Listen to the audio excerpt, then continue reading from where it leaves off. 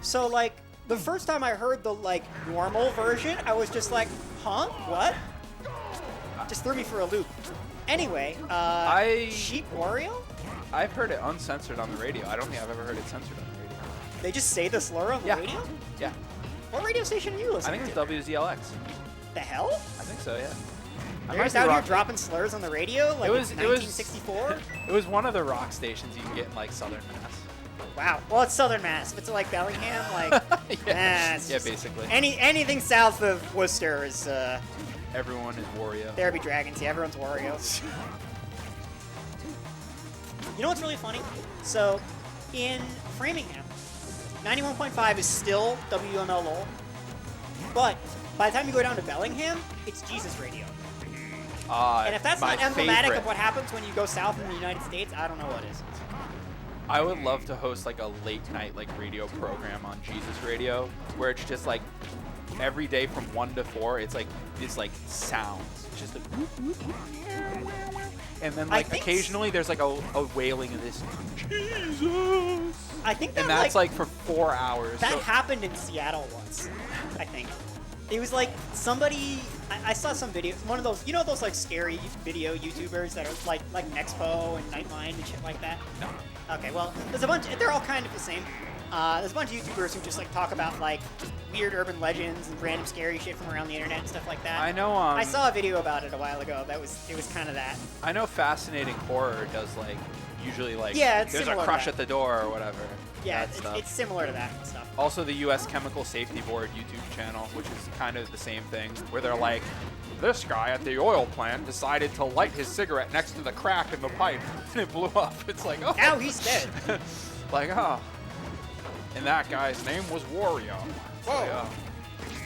And then they give the ruling at the end where they're like, he should not have lit the cigarette, and the pipe should have been sealed. Wow, you don't say. I love that channel. Anyone, shoutouts to the Carol never wore her safety glasses, now she doesn't need them poster that was in literally every lab in high school. Shoutouts to that poster. Yeah, they don't show kids the real scary stuff anymore in, like, labs. Because, like, they used to have videos of, like, all kinds of crazy shit lab accidents when, like, scaring the kids into doing the right thing was still, like, in vogue as a teaching strategy. Oh man, I've heard some horrible shit. Dude, I'm not gonna talk about it on the stream, but look it up. Look it up on your own time. Make sure the parental controls are off. That kind of deal. Basically the equivalent of the whole '90s. Everyone who talks to you is trying to abduct you thing. Oh yeah. Stranger danger. Stranger danger. And they all look like Wario. That's true. See, I was under the impression that just everyone looks like Wario. Are you seeing like people not look like? Holy shit, Thalia won that game. Are you seeing people that don't look like Wario? I don't know if it's imaginary or not, but yeah, I definitely do. It's like when, you know how there's like no way to empirically prove that everyone sees the same colors you do? Yes. Is there any way to like... Nah, I'm losing my own train of thought here. I'm getting too lost in the sauce. Never mind. The Wario sauce. Yeah. Don't eat the Wario sauce. Anyway, I kind of need Twisty to win this because I did lose to Thalia Sheik last time we played. So. But you could not lose this time. That's true. And if you don't get to play the match, you don't know if you would lose. That's true. But what if Twisty just won the set instead? That's possible. It is possible for Twisty to win the set. I've seen Twisty do it before. He can win sets. He does it pretty frequently, actually. I've seen that myself. I've been a victim of that, in fact. Same. I have had that many occur times to me before. My lifetime record against Twisty is bad. It's better than some people, but it's bad. Earlier, you were like, I have played 11 sets versus 9 and 1. And then against Twisty, it's, my record is bad. Well, no okay, numbers. To be fair, when one of the numbers is 11 and the other number is like probably 50 or 60, like, I don't know. I've been playing against Twisty since I was like 5 years old. I don't remember what their set count was. I could barely like count to 10 back then. I was a Game & Watch main. I didn't have enough brain cells to know how many sets we were playing. I was lucky if I knew what the stock count was. The real excuse there is I was two-dimensional back then. Yeah, true. So was my gameplay, actually. My gameplay was actually kind of one-dimensional, if you ask me. Now it's fourth dimensional. Now there's ribbit sound effects. Yeah. Now we got ribbit sound effects, and we got a frog face, and we've got something mysterious and succulent. It's a whole endeavor. That was an interesting upbeat. Don't know if I agree with that gameplay decision there. It'd be good if you had like if you owned a hotel, you had like elevators and you got like speakers in them. They're playing like elevators, jazz and all that. And then occasionally there'd just be like a low pitched like random word or sound effect set, like just at random intervals layered over the song. So it'd just be like playing some jazz, and then all of a sudden, and like like subliminal messaging. You can faintly hear it, and you're not sure like was that in my head or not. That was crisp. Crunchy. Crunchy, yeah. Wouldn't describe it as succulent, but I would describe it as satisfyingly crisp. Like a good cucumber, you know? I don't know if I'd want my succulent stuff to be crisp, to be honest. That's what I'm saying, it's not succulent. I'm saying it's crisp. Yes.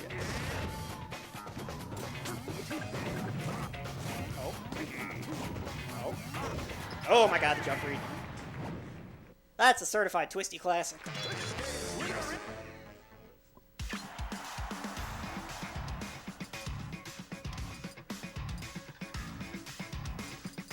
I'm so glad we got this song in the build. Why did they put, what's their name?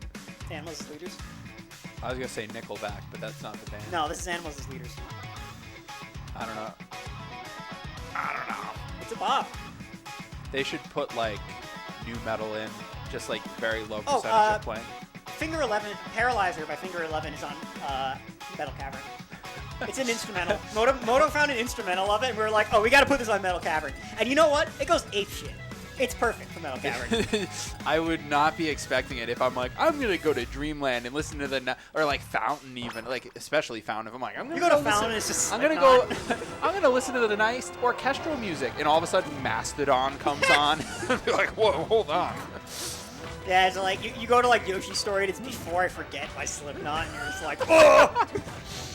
I don't even like most of that music, but the percussion in that song goes pretty good.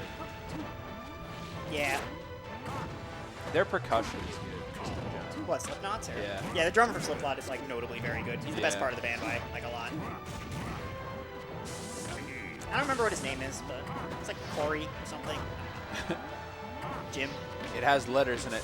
Yeah, they're from Iowa, so they're like debatably real people. Sorry, Sam. Real. Much like people who don't look like Wario, nobody can be sure. Everyone looks like Wario. I don't know what you're talking about.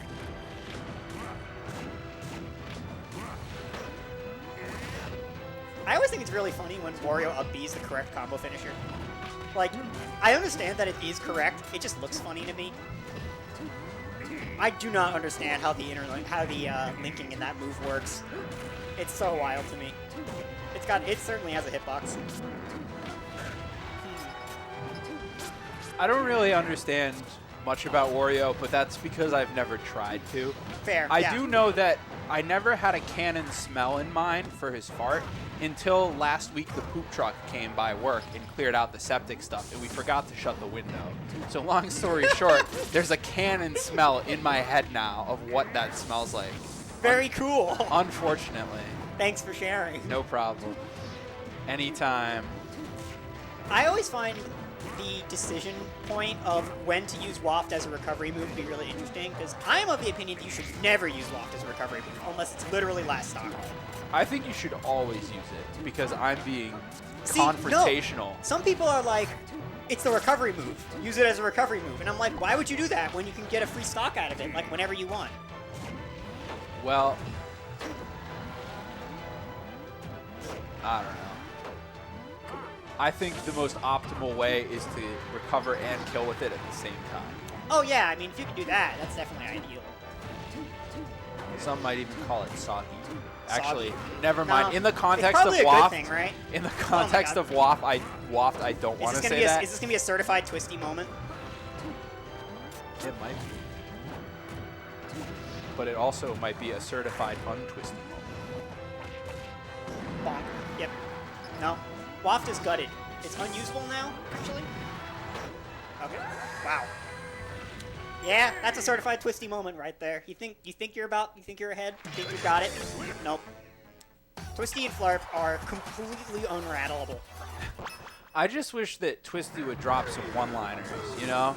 Like, go up, bump fists, and say something like, I'm the twist and you're the pretzel. And then that's like, you have to think about that going into it. You're like, what does that mean? I'm gonna be honest with you, of all the people who would say something like that, I think Twisty is literally the bottom of my list. Yeah, that's the problem. I cannot possibly imagine Twisty saying something like that. That's the issue.